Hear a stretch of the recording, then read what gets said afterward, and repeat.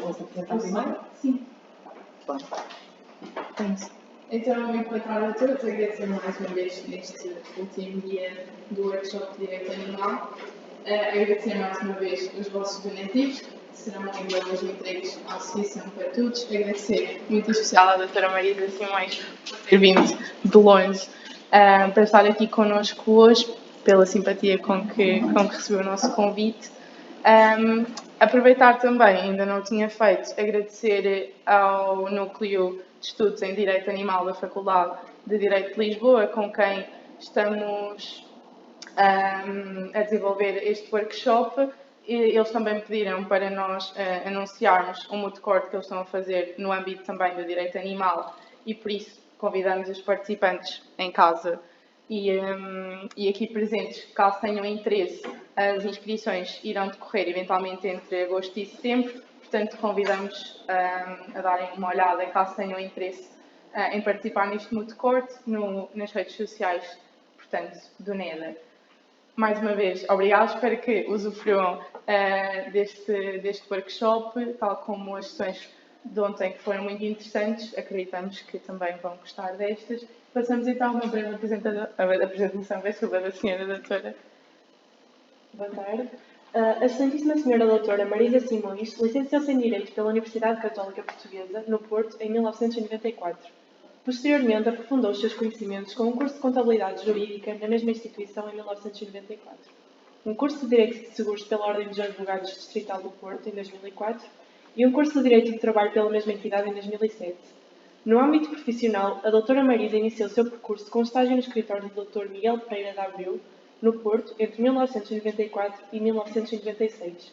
Entre 2015 e 2016, integrou a Sociedade Macedo e Associados, Sociedade de Advogados, também no Porto. Além disso, colaborou com escritórios de advogados em países como Espanha, Brasil, Luxemburgo e África do Sul, adquirindo uma vasta experiência internacional. Atualmente, é advogado na Sociedade Simões, Moraes e Farinha, onde atua em diversas áreas do direito, como contencioso e arbitragem, direito penal, direito civil, direito comercial e imobiliário, direito aduaneiro e direito estrangeiro. Muito obrigada. Obrigada. Boa tarde a todos. Online, presencial. Sim, gostei da leitura do currículo, não está bem atualizado. E queria-vos explicar uma coisa, que é, recentemente e os últimos anos pedem que os advogados se especializem numa área, mas não podemos esquecer que muitas vezes elas estão ligadas, interligadas e não há fronteiras. Quando diz, a Sra. Marisa está ligada ao direito penal, eu estou ligada ao direito penal muito residual. Porquê? Se nós temos um cliente, porque eu faço muito trabalho e comercial ligado a empresas avensas, e depois faço muito família e sucessões. Mas se eu tenho um cliente de trabalho de uma empresa que tenha um assunto contradicional ou penal ou familiar, não aceitamos. Por isso, quando a gente diz tocamos várias áreas, é verdade. Não é desprimor, não é não saber. Quero tocar várias áreas ao mesmo tempo e não é especialista de nada. Não. Até é bom articularmos várias, porque não há fronteiras, muitas delas. E muitas vezes é um apelo do cliente, que é um cliente antigo do escritório, que tem que ser acolhido. Depois, como o nosso escritório é composto por... Nós somos 10 ou 12 residentes, ainda temos outros exteriores e consultores, fazemos parcerias internas. O cliente gosta daquela cara, tem lealdade com aquele advogado, mas o advogado faz partilha com outro colega que a especialidade dele é aquela. Percebem? Por isso é que às vezes estão ali a currículos e tocam áreas distintas e dizem como é que pode ser? É por este motivo. O direito aduaneiro foi uma questão que me foi levantada há uns anos e por curiosidade eu abracei e estudei, precisamente com advogados do Brasil, que queriam estudar muito o direito aduaneiro e perceber a importação e exportação dos artigos do Brasil em Portugal, e era uma área que eles viam como um nicho novo do direito, porque entrar no direito já advogado do Brasil e vir para Portugal é difícil, porque não tem informação em processo civil nem processo penal, e eles estavam a ver esse nicho, e eu, com uma advogada brasileira no nosso escritório, abracei esse projeto do direito aduaneiro. Pronto, vamos falar do que me traz aqui hoje, que é o workshop do direito animal. Eu debrucei-me sobre os danos morais pela perda do animal de estimação, porque, coincidentemente ou não, já tive 3 ou 4 casos judiciais em que tive que pedir, peticionei, e foi conseguido, o direito de indenização por dano moral. Daí achei interessante, numa dada altura, escrever um artigo no LinkedIn a propósito de um acórdão que eu estava a analisar para um desses processos. Recebi o vosso convite com muito agrado, não venho muito longe, venho do Porto, não é? Mas com muito agrado participarei lá também, um dia, quero visitar o escritório e está comigo.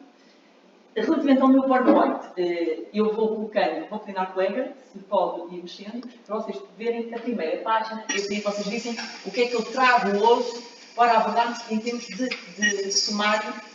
Primeiro, eu iria falar de Estado Civil extracontratual e o Estatuto do Animal, Estatuto Jurídico. Aqui vamos falar da definição do animal de companhia, o dano, a gravidade da lesão e depois algumas restrições que o legislador impôs para esse dano e para a gravidade, o grau de culpa do agente, a indenização e como determinar essa indenização, seja dano patrimonial e não patrimonial, e depois aqui uns casos de jurisprudência que eu, muito sucintamente, abordo. De seguida, iria-vos propor, também muito sumariamente, não vos vou amassar, não quero tornar isto uma aula teórica, mas uma aula dinâmica, vou-vos falar sumariamente destes 4 países, para vocês perceberem o quanto estes países evoluíram muito antes de Portugal e porque é que nós temos que continuar a estudar os animais e implementar regras de legislação para evoluirmos em termos de comunidade e sensibilidade jurídica de qualquer cidadão. Não é? Porque é quase tipo, mas agora queres uma imitação por animalzinho? Mas vamos equiparar um animalzinho ao filhinho? Não. Nós temos que sensibilizar as pessoas e conscientizar as pessoas para isto. E esta amostra que eu trouxe um bocadinho era para vos mostrar que nós andamos um bocadinho tratados em termos de doutrina e jurisprudência. Entretanto, depois do terceiro tema, eu trouxe isto porque pensei, quando recebi o vosso convite, que eu não vou confinar a minha apresentação só ao dano moral. Eu, o dano moral, falava-vos num quarto de hora e depois dava-vos muitos exemplos. Não é? Que tal articularmos, porque eu acho que a dinâmica dos heróis, e leva-me isto para a vida, o advogado de sucesso é o advogado que pensa, que articula, que faz estratégia, não é o advogado que decorou os artigos e que sabe os requisitos e publica os artigos. Okay? Este tema é interessante, porque leva-nos a pensar. E eu gostava que no fim de hoje, da minha abordagem, vocês levassem 2 ou 3 inquietações sobre este tema e tentassem vocês formar a vossa opinião e desenvolver uma opinião sobre o tema, que é importante. Começam a desenvolver o vosso contraditório, não é? E o vosso sentido jurídico, que é importante. E aqui é uma área muito recente, esta, do confronto entre o advogado que está a peticionar o dano moral do proprietário do animal e ver, do outro lado, o réu, que é o agente, não é? O dono do animal que usou, e que chama, faz a intervenção principal do advogado, chama a companhia de seguros. E como é que a gente lida em termos de indenização com a companhia de seguros e com o dano moral? Pronto, pensei em fazer isso. É uma extensão um bocadinho daquilo que não pedi, mas acho que era interessante e dinâmico. Depois, isto era o início, é o estatuto. Podemos ir então ao estatuto? Vamos lá pensar. Acho que Avançou-se, era uma seita. No fim, não, para a frente. Para a frente. Depois do direito comparado. Assim. Não, agora já está a fazer a apresentação. Vamos à página anterior. Estatuto do animal. Pronto. O que é que eu começo por dizer? Em termos teóricos, não é? Todos vocês sabem, que estão aqui, que houve uma evolução em termos do nosso direito a legislar sobre os animais. Temos uma lei específica, que é a Lei 8/2017, não é? De 3 de março, que considerou, pela primeira vez, o animal um ser vivo, com sensibilidade, não é? Temos o Decreto-Lei, se querem tomar alguma nota para pesquisar, o Decreto-Lei 315/2009, 29 de outubro. Este, no artigo 3º, faz a definição do que é o animal de companhia. Há muita gente a escrever, curiosamente, sobre esta definição. Porquê? Porque na definição diz, para todos os efeitos, o animal de companhia é um animal detido ou destinado a ser detido pelo homem, designadamente da sua ausência, para seu entretenimento e companhia. Já há quem esteja a escrever sobre a utilização ou instrumentalização do animal no entretenimento e a tentar equiparar isto à atividade circense. não é? Do circo. Por isso, às vezes nós olhamos para isto e dizemos assim, o que é que isto nos traz? Traz nada, é uma definição de animal de companhia. Não sujeira qualquer tipo de complicação. Sujeira. Porque depois há o dilema de o dono que está a pedir um dano moral, está a pedir esse dano moral porque o estimava, porque era um animal de companhia, porque havia sensibilidade e reciprocidade, ou havia uma exploração do animal, em termos de atividades. Não é? Por isso é importante termos ali sobre aquele conceito de animal.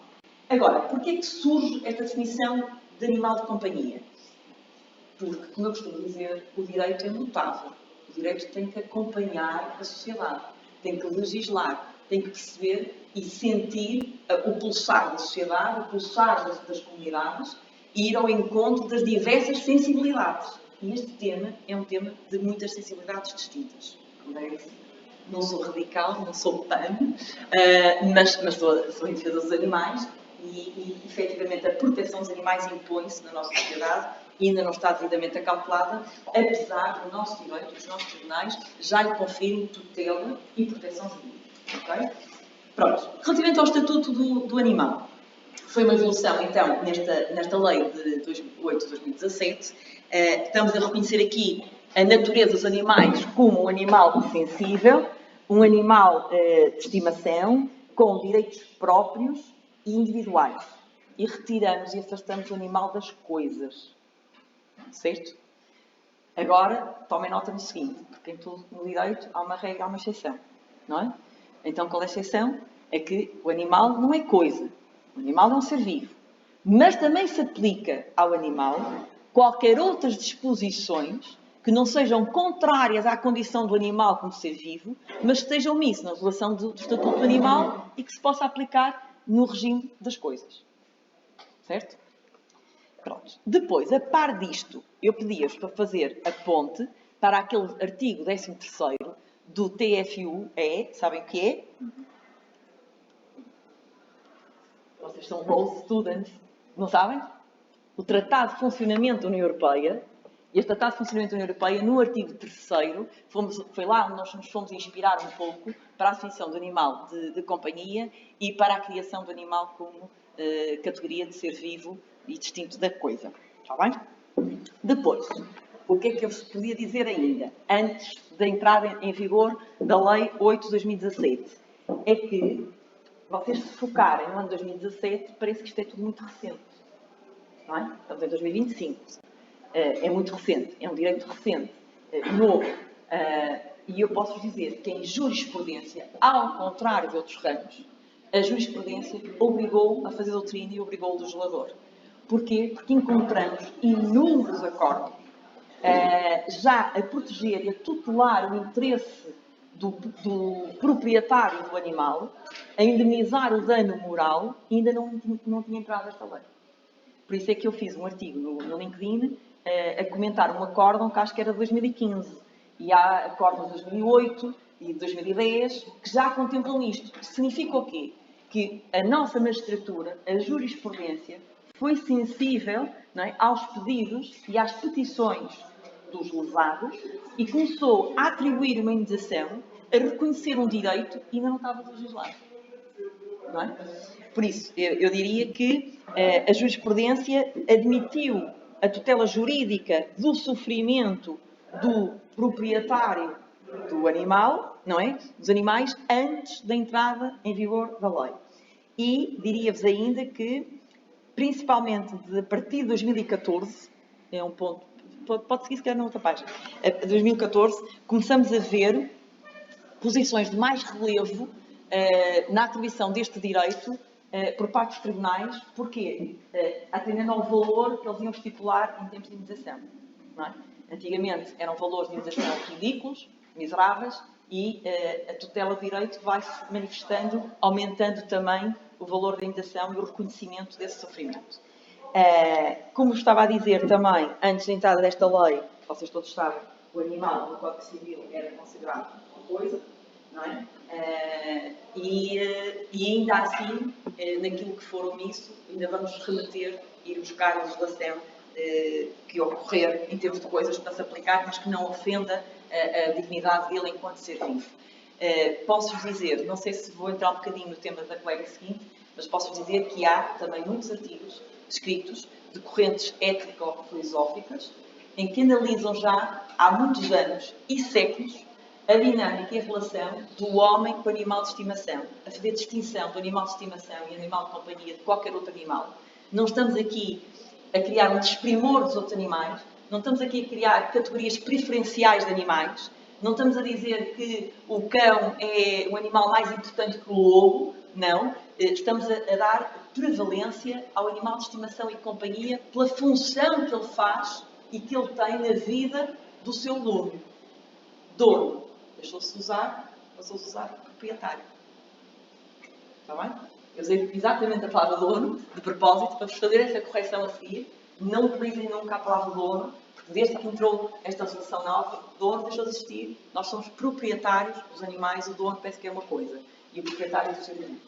Foi assim entendido. Não sei se mal ou bem, foi assim. Depois, aqui no nosso slide fala-nos do dano e a gravidade das lesões. Ora, sobre o dano, eu digo-vos que é inequívoco, vocês devem saber, por isso é que estão aqui, é inequívoco que se pode fazer um pedido de indenização por danos morais pela perda de um animal de estimação. E eu pergunto-vos se vocês acham que também se pode pedir indenização por dano moral de lesões provocadas no meu animal de estimação, mas que não gerou alarme.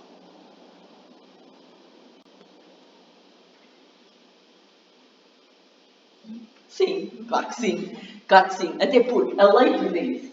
A lei prevê que há o dano e depois eu digo gravidade de lesões. Porque nós temos vários tipos de lesões.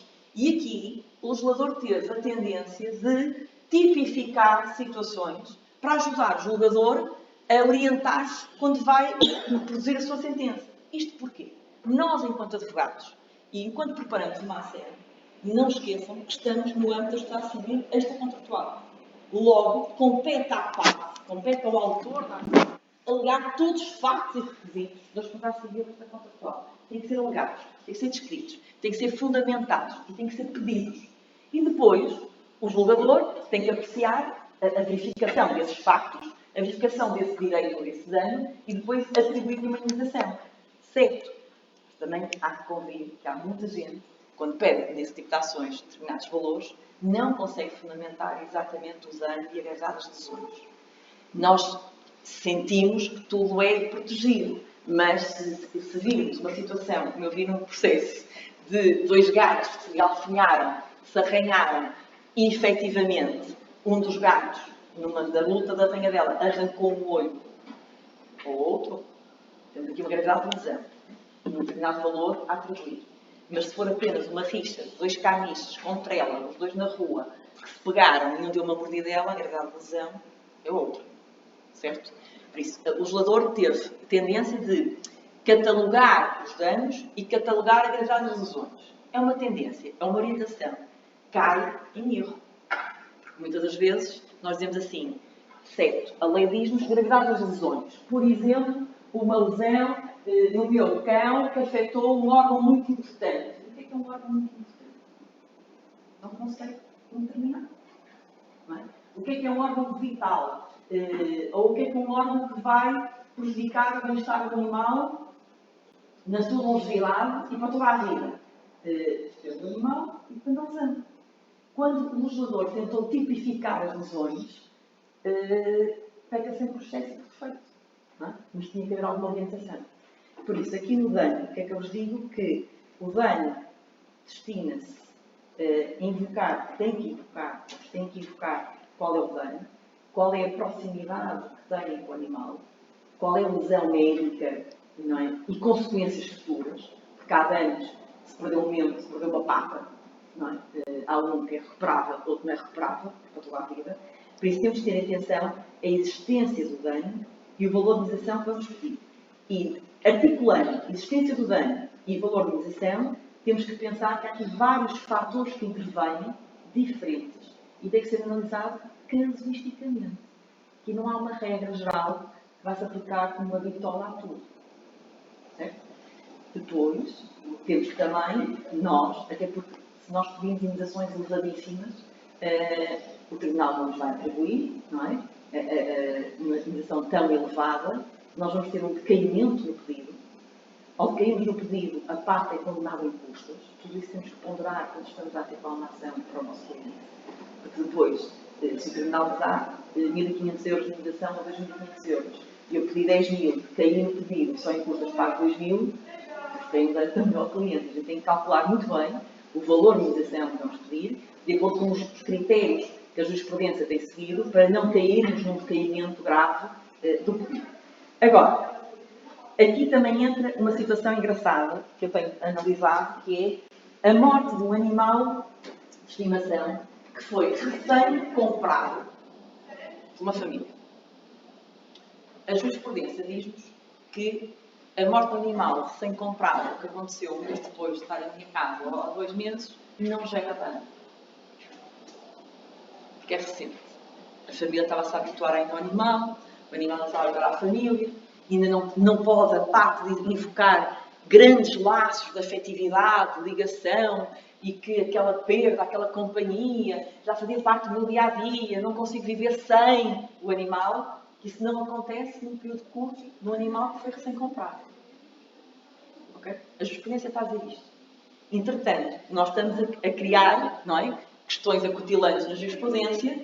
Porquê? Porque ao representarmos associações de animais, vocês sabem que há muita gente que é voluntária em associações de animais e que apadrinham animais.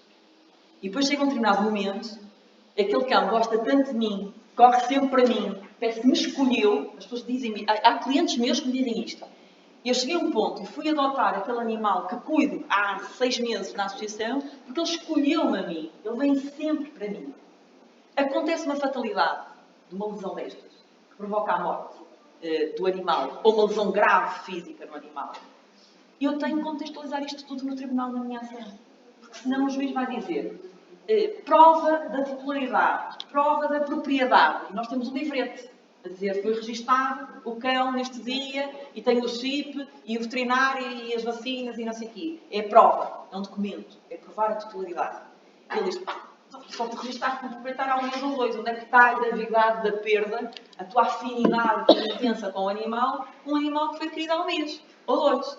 Pois temos que descrever toda a antiguidade, a anterioridade a esta propriedade, não é? Para poder ser calculado o dano. Porque a jurisprudência está a seguir uma corrente que não indemniza o animal recém-chegado à família.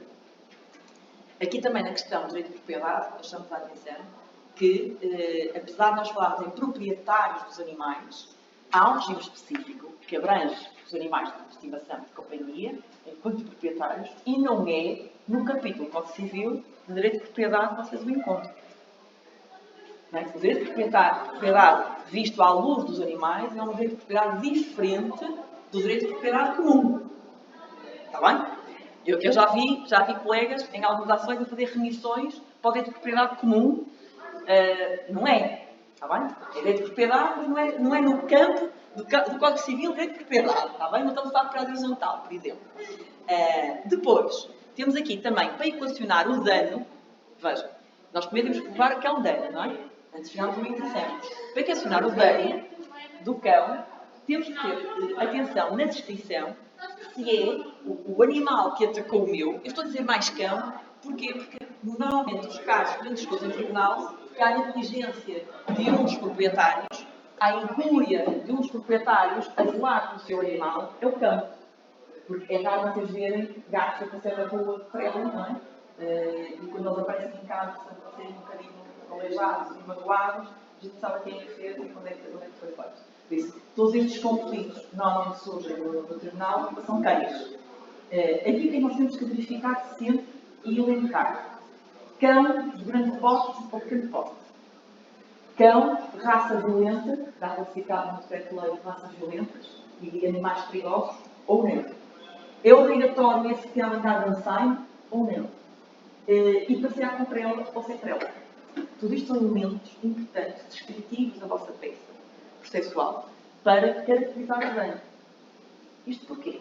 O tribunal pode entender que não existe dano do meu animal quando eu sabia que eu tinha que andar com trela, com ensaio, não é? E o meu animal é um pastor alemão, está classificado uma raça perigosa, e eu, por negligência, por incúria, saí à rua, sem ensaio, sem trela, e o animal pesava 20 quilos, grande, estava habituado a cruzar-me na rua com o vizinho, tem um caniche, não é? Por isso, eu provoquei, o proprietário provocou todas as circunstâncias e condições para que algo de errado acontecesse. Até que não podemos esquecer também, estamos a falar de animais. Têm um comportamento imprevisível. Não é? Por isso, a previsão e a proteção tem que ser promovida pelo proprietário do animal. Por isso, é importante analisarmos se aquele sinistro que aconteceu vem de um animal com trela, sem trela, e a culpa, pelo fator que analisar, é culpa do proprietário do cão usado ou culpa do proprietário do usante. Está bem? E essas circunstâncias é como ocorre o acidente ali na rua, é que a gente vai tratar. Certo? Posso-vos dizer, por exemplo, que eu tenho uma situação agora em curso, num processo, em que o dano e a degradação é grave. Porquê? Nós temos, há duas moradias, o muro é baixo, separa as moradias. O dono de uma das moradias tem um pastor alemão gigantesco.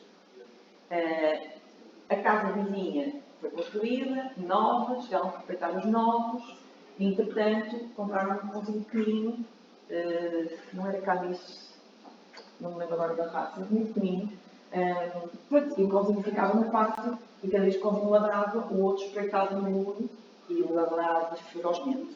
Todos os vizinhos, é importante para a prova, a parte testemunhal, todos os vizinhos sentiam o ladrar intenso do cão, desbaforido, de raivoso, durante o dia, cada vez que o pequenino estava fora do pátio.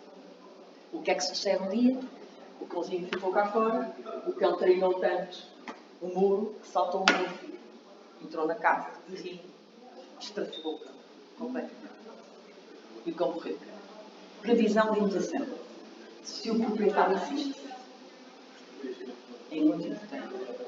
O dano moral é o meu desgosto, o meu sofrimento, não só porque perdi o animal, perdi a companhia, perdi a lealdade, perdi a rotina que tinha com aquele cão, mas também o sofrimento no momento que as coisas acontecem.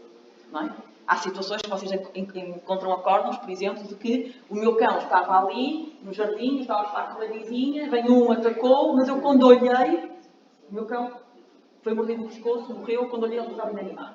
Isso eu não vi. Não é? É calculado na mesma, o dano moral, mas é diferente de eu estar a ver o ato a acontecer e não poder lá ir, não é? Porque também eu podia ser mordida. A dona, a proprietária do cão pequenino, assistiu a tudo, e são os nossos clientes do escritório. Assistiu a tudo isso. Isto é um outro dano que eu vou explicar, não é? De dano moral, não é um desgosto comum, não é um sofrimento comum, é o sofrimento no momento de não poder acudir e estar a assistir a tudo até ao mal. Isto é imensurável, não é? Por isso nós estamos aqui, temos que qualificar e quantificar as coisas de forma diferente. De uma mordidela que amassou aquilo, não sei quantos pontos, vai ter que andar com uma ligadura, o cão, verdade? Mas temos que quantificar e perceber de forma diferente. Por isso, isto de andar com trela, que se ensaio, rede na habitação, eu vou pedir nesta ação, por exemplo, que o cão seja entregue a uma instituição. Ele tem que ser treinado, ele não pode conviver num condomínio, que é só moradias e que toda a gente tem animais, e não pode ser os animais, quando ele não se controla, nem o proprietário controla. Certo? Ele tem que ir treinar. E os tribunais obrigam a ser entregues a associações de treinamento. Okay? Há casos também que há situações de abate. Mas isso é se depois se comprova, compete ao Estado pedir testes aos veterinários também, atuais, para verificar se o cão tem raça. Vocês, enquanto advogados de um proprietário usado, têm que pedir sempre isso. Não sabemos se aquele cão perigoso que também sofre raiva e aí passa a ser uma situação mais radical e de abate. Depois, temos que falar acerca do dano, temos que falar do carinho do proprietário. Aqui nós temos situações dispares. Temos crianças que não são proprietários, em regra, os pais escrevem no DI, proprietário é o pai e a mãe, mas aquele animal de estimação é muito querido, é para o seu filho. É uma prenda do filho, é uma prenda da criança. E o carinho desta criança às vezes é muito diferente do pai e da mãe. Nós temos situações em que a mãe consente o animal, oferece o animal ao filho, mas o pai até é contra o animal. E o pai é proprietário do boletim. Certo? Esse é o pai, que é o titular da ação. Mas no dano, deve-se pedir ou não um dano moral para o filho que não é proprietário da ação. E não é proprietário do animal. Vamos pensar isso depois. Depois, alertas para a questão de este dano, tem que ser todos presentes e invocar isso numa ação. Muito boa tarde, doutora. Prazer. Maria Simões, faça favor. Temos que ter muito presente que este dano é insuscetível de uma avaliação pecuniária, porque não estamos a atingir um bem que faz parte do património do proprietário e então não é que vamos dar um valor que compense o bem que ele perdeu do seu património. Não é isso que estamos a fazer. Nós estamos a compensar um dano moral. É insuscetível, está bem, da avaliação pecuniária, mas vai ser feito, estamos aí, mas vai ser feito sobre compensação pecuniária. Certo? Depois, ainda dentro deste âmbito, e numa legal sobre sociedade civil desta contratual, mas vou-vos alertar. Na civil desta contratual é muito importante aqui verificar se houve uma ação por parte do proprietário do animal que vazou, se houve uma ação com dolo ou mera culpa. E se ele violou algum direito que deveria ter observado. Aquilo que estávamos a falar, um direito a um dever, estávamos a falar da trela, do ansaime e o direito do outro poder passear o animal. Certo? Por isso, há aqui a responsabilidade civil desta contratual quando alguém viola, não é, um direito que eu tenho e que está salvaguardado e protegido por lei. Que é, eu tenho o direito de passear com o meu cão. Certo? Por exemplo, tive um processo, também muito engraçado, de um senhor que tinha um cão pequenino, que religiosamente o cão passeava, rotinas de higiene dele, passeava sempre de manhã, hora de almoço e depois de jantar. E o senhor começou a deixar de passear à hora do almoço porque a vizinha tinha um cão de grande porte e isto foi na altura do Covid, e estava habituada a ir para a rua com os dois cães soltos, sem trela. A caminhar e soltos, ia lá passear, ia no telemóvel. Ele apercebeu-se disso, houve um conflito com o cãozinho dele que ele não conseguiu acautelar, não é? Então deixou de fazer o passeio à hora do almoço com o seu cão. Pode. A vizinha tem que colocar a trela nos cães dela e eu não posso ver o meu direito de passear o meu cão com a minha trela à hora que ele está habituado por causa do conflito com os outros. Mas foi assim que sucedeu. E ainda assim, à hora de jantar, depois de jantar, estavam todos a passear, então no Covid a gente saía para passear, o cão, que era um motivo para sair, não é? E ele é atacado, o cãozinho é atacado pelos dois cães dela, em que ela vai longe na rua, os cães descem a rua a correr, apanham o cãozinho pequenino, mordem o cãozinho, o meu cliente intercepta-se e mete-se no meio para impedir a continuação daquilo, um deles morde-lhe as pernas, não é? Se ele ficou com a perna também toda mordida, calças rasgadas, etc. Ele meteu-se no meio e a senhora primeiro que descesse a rua e aos gritos e tentasse conter um animal, não conseguiu. Por isso, aí estamos a falar do ato ilícito, não é? E violação de um direito que eu tenho, que está calculado está civil esta contratual. Aqui, peço para verem, em revisão, vejam o 493, o 493 e o 493A. Está bem? O Código Civil é importante articular. Aqui articulamos porque, de acordo com aquilo que eu estava a dizer há pouco, o direito com esta realidade notável tem que ir acompanhando e transformando, não é? O que acontece na sociedade e regular e responder. A legislação acompanhar, não é? De forma... Agora vamos ao 493, penso que este é importante ainda, número 1A, que fala do ressarcimento ainda do dano. Como é que a gente vai ressarcir o dano? Como é que a gente vai pagar este dano? Atenção, distinções importantes. Eu estou aqui focado no dano não patrimonial.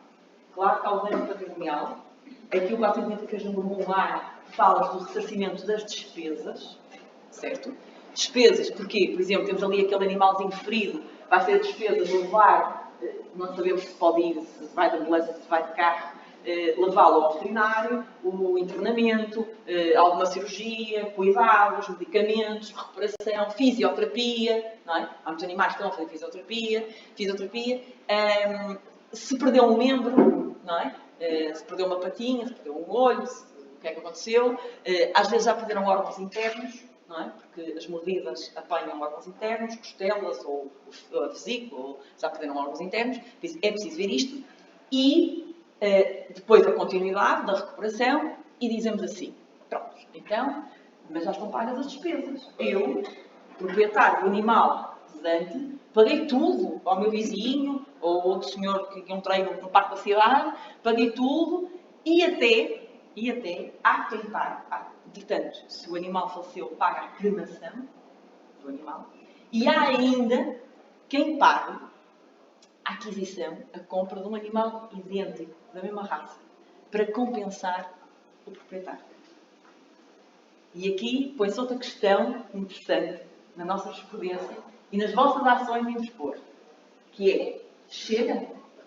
Então o dano não patrimonial já está absorvido porque alguém me pagou o meu animal, um animal idêntico, bebezinho, também, da mesma raça que eu gosto muito, para me compensar da perda que eu tive.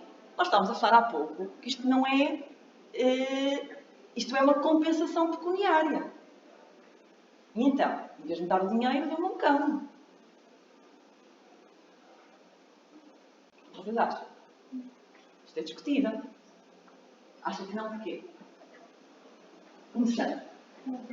Diga? Sim. Então, acha que não? Porquê? Porque a operação feminista há um debate sentimentos sobre os animais e mesmo tendo um novo cão, nada paga os sentimentos que tínhamos pelo cão anterior. Muito verdade. Porque assim, se vocês virem, o que é que está no escopo do dano moral, da não patrimonial de uma lesão, da perda do meu animal de estimação? O meu desgosto, o meu sofrimento, por aquele meu animal singular e insubstituível. Claro que eu faço o luto e passado meio ano até aceito ter outro animal. Há quem não queira, nunca mais ter. Há quem faça o luto, passado um ano, já vai ter outro animal que faz falta ao virar familiar. E aceitam abrir-se e recebem outra vez outro animal. Mas o dano moral não é... leva agora um outro igual, já fica compensado. Não, o dano moral é a minha perda, o meu desgosto pelo meu animal insubstituível. Certo? Por isso, quando há, podem encontrar, já há um acórdão que considerou que o proprietário estava devidamente compensado porque o outro pagou tudo o que tinha que pagar e ainda lhe pagou um animal novo. Não é? E essa ação foi recorrida e depois houve quem entendesse como nós, como eu e a Vera entendemos, que não, e não chegou. Agora, vejam também uma coisa interessante que é, nesta análise 423, número 1, a linha A, barra A, digo, vejam um paralelismo que há, que eu acho que é um paralelismo assinalável, que vocês devem fazer, em termos de estrutura do vosso pensamento, que é o 495, número 2. O 495, número 2, fala dos danos reflexos. Ora, o 493, número 1A, diz-nos ressarcimento das despesas. O 495 diz danos reflexos. O que são os danos reflexos? São os prejuízos que são sofridos por terceiros. Certo? Então não há um paralelismo com o regime do Estatuto do Animal? Temos o 493, número 1A, que é as despesas do animal, tudo que ele necessitou, e depois o dano reflexo, que é sobre o terceiro, que é o seu proprietário. Façam esse paralelismo, que é interessante. Depois, façam favor. Não dá trabalho. Depois é disponibilizado tudo o que estamos aqui a falar. Depois, digo-vos ainda, em termos de tónica, agora a última deste artigo, que é importante, que ele nos introduz aqui uma originalidade. É que este artigo faz-vos atribuir um direito de indemnização autónomo. Há a indemnização ao animal e a indemnização autónoma ao proprietário, está bem? Essa originalidade que é importante. E esse direito é autónomo, subtraído já, atenção, a todas as despesas de socorro que aconteceram. Está bem? Depois, gravidade das lesões, eu vou-vos falar agora do seguinte. Claro que é importante terem atenção qual é a gravidade da lesão para a responsabilidade civil, para atribuir que indemnização é que vamos pedir ou vamos reclamar, certo? Mas ainda assim isto, se vocês pegarem no Estatuto Jurídico dos Animais e nesta lei, ainda assim esta gravidade, com toda a boa vontade do legislador, para mim, eu venho aqui não é dizer o que é que está na legislação, não é o que está na lei, é quais são as minhas dúvidas e quais são as coisas que eu tenho vindo a defender para vocês conseguirem interpretar para o lado do artigo. Se fosse para ler o artigo era mal, não é? Não é esse propósito que eu quis ter aqui ao vir hoje. E então, nesse escalonamento das lesões e da gravidade das lesões a cautelar e a preservar e imunizar, eu aqui acredito que isto suscita algumas dúvidas, e eu levanto algumas, sobre a eventual existência de uma situação de discriminação negativa. E como é que eu defendo aqui a discriminação negativa? Eu entendo que, fora as lesões que provocaram a morte do animal, o legislador cautelou, diz que é indenizável, como é que se entende? O legislador ainda fez o seguinte: discriminou outras lesões, pela sua gravidade, que não gerou a morte, mas são demasiado graves, verificando-se estas que é suscetível de ser indemnizado, o proprietário. E nesse elencar de lesões, o legislador diz-nos que deve-se verificar uma privação importante de um órgão ou membro, um órgão ou membro no animal, ou afetou gravemente e de forma permanente, não é, na sua locomoção. E aqui eu vou-vos dizer isto, para adicionar a capacidade de indenização. Aqui vou-vos dizer aquilo que eu disse há pouco no início. Isto é um conceito indeterminado. O que é o órgão importante? É aqui que eu levanto dúvidas. Porquê? Porque muitas vezes nós temos ações no escritório que, para o meu cliente e para o animal, é um órgão importante. E agora nós temos que fazer a aplicação do direito àquele facto. Vamos analisar o que é que a jurisprudência anda a dizer sobre isto, o que é que eles andam a julgar sobre isto. E vão considerar este órgão um órgão importante, a ser indemnizado, e vão descartar o que órgão é que não é importante.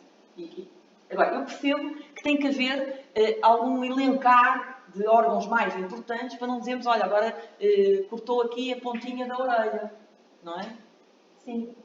Não é tão importante. Mas há muitos outros órgãos que não estão classificados, ou não estão a ser classificados pelo Tribunal como os órgãos importantes para a vida do animal e que lhe prejudica a locomoção. Há quem entenda, por exemplo, que se afetar um órgão genital, apesar de não inibir as funções do animal, urinar, etc., só a capacidade de não haver reprodução já é importante. Porquê? Para mim pode não ser importante porque eu tenho 3 animais em casa e castrei os 3 e depois vou ao tribunal dizer este meu cão sofreu esta lesão e agora, mas depois descobre-se que ele é castrado, então não posso pedir. Mas há quem tenha os animais para criação. Não é? E vamos colidir com aquele conceito que vimos no início da definição do animal para entretenimento ou companhia, não é? E há aqui um caráter de exploração. Não, há quem diga que a criação do animal não é exploração do animal, é manter a raça viva. Pronto, por isso, deixo-vos aqui a dúvida. Eu tenho nada a pugnar por alguns órgãos que eu considero que são importantes na locomoção e pode não ser só na locomoção, porque o Tribunal releva muito a pata, perdeu uma pata e agora como é que ele anda. Mas há muitos outros órgãos que vão ferir o bem-estar do animal. Não é? E se este estatuto foi para acautelar os direitos dos animais e que nós todos preservássemos o bem-estar do animal e dessemos um valor ao bem-estar do animal, se calhar não é só a locomoção que está a bem-estar do animal. Não é? É a minha interpretação, por isso é que eu digo muitas vezes, e outras lesões que podem comprometer o bem-estar do animal, como é que a gente vai acautelar? Temos aqui este conceito indeterminado. Compete-nos a nós, advogados, habilmente, não é? Descrever nos factos e tentar concretizar o conceito indeterminado de outra forma. Depois, vamos para restrições. Quais são as restrições previstas pelo legislador? O legislador procedeu e bem, na minha perspectiva, a elencar algumas lesões e criou algumas restrições, que é para as pessoas não pedirem por tudo e por nada. Faça o favor. Por tudo e por nada. E então, a primeira restrição do legislador é o pedido de indenização deve-se referir e aferir através de um animal de estimação. Correto. Se nós temos um pastor que tem 50 ovelhas e elas andam todas no monte e há uma ovelha que sofreu qualquer coisa, este não recai dentro da categoria de animal de estimação. Pronto, animal de estimação é a primeira restrição. Depois, a segunda restrição que o legislador prevê é as lesões têm que ser suscetíveis de desencadear uma obrigação de imunizar. Isto porque pode ser uma coisinha que enfiou na pata, ele apenas ficou ali com um cortezinho, fez um curativo, não é suscetível de imunização. Não é? Terceira restrição prevista pelo legislador, e esta para mim é polémica, e tem dado algum interesse na sua exploração, que é a titularidade do direito de imunização é exclusivo do proprietário do animal. Por isso, isto é importantíssimo. Vamos pôr uma ação. Quem é o autor da ação? Não é? É o proprietário do animal. Tem que ser o proprietário do animal. E vamos pedir uma indenização. Para quem? Para o proprietário do animal. Porque há esta restrição que é da titularidade do direito à indenização. Aqui, para mim, isto é muito questionável e eu tento sempre alargar, como eu costumo dizer, para que a ação não morra à partida, nem de início, a gente observa todos os formalismos processuais. Como o autor, como a lei manda, que é o proprietário. Mas depois, no desenrolar da ação, no desenrolar da petição e dos factos, vamos pôr outras pessoas e vamos pedir outros danos. Porquê? Para mim isto é questionável.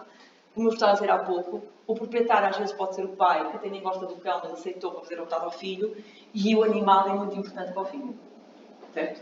Ou o animal é muito importante, vejam, para a questão da avó. Não é? O gato, ou o cão, da avó que vive com os nossos pais, que vive connosco e com os nossos filhos, e está habituada à presença do animal, perdeu aquela presença, era o animal que a fazia sair à rua e dar a volta ao quarteirão e fazer a caminhada. O animal é muito importante para ela, mas ela não é proprietária do animal. Mas ela, se calhar, vai ser a que mais sofre com a ausência do animal e com a morte do animal. Por isso, eu considero que a terceira restrição do legislador sobre o proprietário deve evoluir e não contempla outras pessoas do agregado familiar que deviam ser contempladas. A questão das crianças, a gente consegue ultrapassar um bocadinho porque vamos à capacidade judiciária. Não é? O menor tem uma paixão enorme pelo cãozinho, está a sofrer imenso porque não tem um cãozinho, porque tem 10 anos. Tem sempre de ser apresentado pelos pais. Isso vai ter sempre de ser apresentado pelo proprietário que está no título de registro do animal. E aí resolve-se. Mas não se resolve com os outros membros da família. Não é? Porque temos cada vez mais casais a viver com os avós, não é? Ou os avós a viver com os casais. Por isso, há outras pessoas no agregado familiar que deviam ser contempladas e não foram, na minha perspectiva, de forma errada. E aqui lembro-vos e articulo muito, quando faço esta defesa, articulo muito com a evolução que o legislador teve no livro 4, Direito da Família. Vocês forem ver os efeitos do divórcio, não é? É isso que eu tenho defendido. Nos efeitos do divórcio, o legislador preocupou-se em que agora nós fazemos divórcios por consentimento no escritório. Atenção, fazemos tudo, preparamos tudo. Divórcios, planos parentais, partilhas, as partes assinam, eu dou a entrada. Agora até que me passo procurações para eu aparecer na conferência, eu é que me diverti em nome deles. Tudo se faz. E é obrigatório mencionar, não requerem, ou já recorreram e não querem mais, mediação familiar. E é importante mencionar se há animal de estimação no agregado familiar e quem fica a cuidar do animal de estimação. Posso dizer que eu já tive um processo muito interessante de um casal sem filhos, novo, o casamento durou 5, 6, 7 anos, e nem sequer tinham tido filhos, mas tinham um cão, foi a primeira aquisição deles, tinham um cão, e eu regulei as visitas do animal. Porque o animal é muito importante para os dois queriam ficar com o animal. E então temos a discutir, no escritório, conforme eu discuto filhos, não é? Os dias, as semanas, as despesas, pagar despesas a meias da alimentação, do veterinário, tudo, e tudo isso ficou regulado. Ora, o direito da família acordou para isto. Em termos de efeitos de divórcio, considera o animal como um elemento do agregado familiar, não é? E que provoca sentimentos a todos os elementos do agregado familiar. E acautela o convívio também do animal, porque o animal também tem saudades de todos os membros da família, não é? Acautelou isso. Mas não acautelou, neste campo de propriedade civil extracontractual, que outros elementos do agregado familiar possam pedir indemnização. Só permite o proprietário.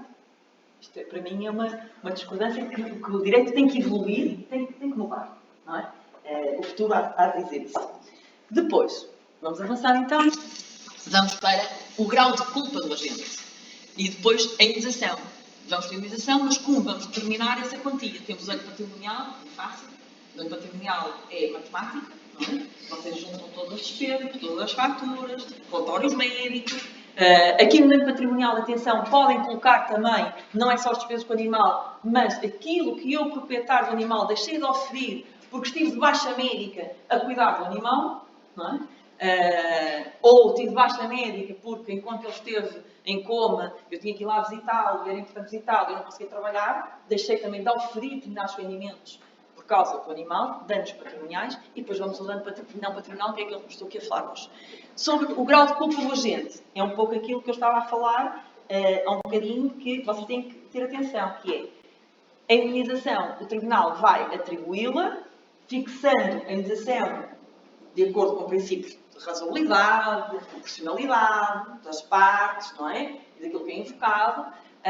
E depois a culpa do agente, que é, tinha que andar com tela, tinha que andar com saia, é um animal perigoso, está catalogado como perigoso, não está, foi incúria. Há situações recorrentes de pessoas que vivem em moradias e têm um pátio grande, o cão anda à solta e de repente alguém abre o portão e o cão sai disparado da casa para a rua e vai ao primeiro animal que encontra, ou pessoa que encontra, e morre. Não é? Já se anda a discutir se isto há uma negligência do proprietário. E eu pergunto se vocês acham que há. Eu aqui não vou muito pela negligência, porque eu acho que muitas das vezes, para nós classificarmos se o proprietário tem alguma culpa, nem que seja por negligência, ele tem que ser capaz de prever aquela situação. E eu posso estar em casa, imagino, eu estou na minha casa, no escritório a trabalhar, o cão está solto porque está sempre solto. Um filho abre a porta porque um amigo tocou a campainha, abriu a porta e o cão fugiu. O proprietário foi capaz de prever a situação, para impedir a situação. Houve mesmo negligência na saída repentina dele do portão para a rua? Ou não houve? Lá está, casuisticamente. Há daqui interferir alguns fatores que se calhar vão pender para negligência sim ou negligência não. Certo? Casuisticamente é interessante fazer isto. Agora, sobre a indenização. No início, como eu estava a dizer, antes da lei de 2017, já em 2014 havia tribunais a fixar a indenização, as indenizações eram pequeninas, mas percebeu-se que a indenização não pode ser demasiado baixa, porque se for demasiado baixa não se estimula os comportamentos negligentes e de incúria dos proprietários, não é? E também não pode ser exageradamente elevada, não é? Porque caímos no ridículo de estar a tentar comparar o animal com o filho. E, apesar de todos acautelarmos os interesses dos animais e sabemos que deve ser protegido, não vamos comparar à condição humana. Isso é padrão, assente, reflito assente nos nossos tribunais. A indenização do animal não tem comparação à indenização da perda humana. Está bem? Por isso, o que é que eu pugno? Acho que a indenização não deve ser simbólica, a indenização não deve ser miserabilista, mas não deve ser exagerada. Por isso é que, se nós exagerarmos, vai o legislador, não é? Com o seu critério de proporcionalidade e razoabilidade, a determinar que a gente vai exagerar, que há pedir mais e não pode ser assim. Não é? E vai desbaixar o pedido de indenização. Depois, penso que esse valor, porque é que eu digo, não pode ser também demasiado baixo, porque o objetivo aqui da indenização é permitir que haja uma lição, que vá desmotivar determinados comportamentos e que sirva de exemplo para este e para outro. Não é? Se for uma indenização ridícula, não satisfaz. Temos que ver aqui sempre que a indenização e esta pena aplicada também vai ter que, temos aqui a pena relacionada também com o Código Penal, não é só na parte civil. Vai ter que ter sempre aqui vários critérios, não é? A de estimular o comportamento, ter uma função retributiva, porque vou retribuir, vou compensar pecuniariamente o proprietário, mas tem que ter umas outras funções, a função punitiva. Não é? Tá bem? Depois, também se diz assim, então, mas no dano patrimonial e o dano não patrimonial, se eu recebo valores de ambos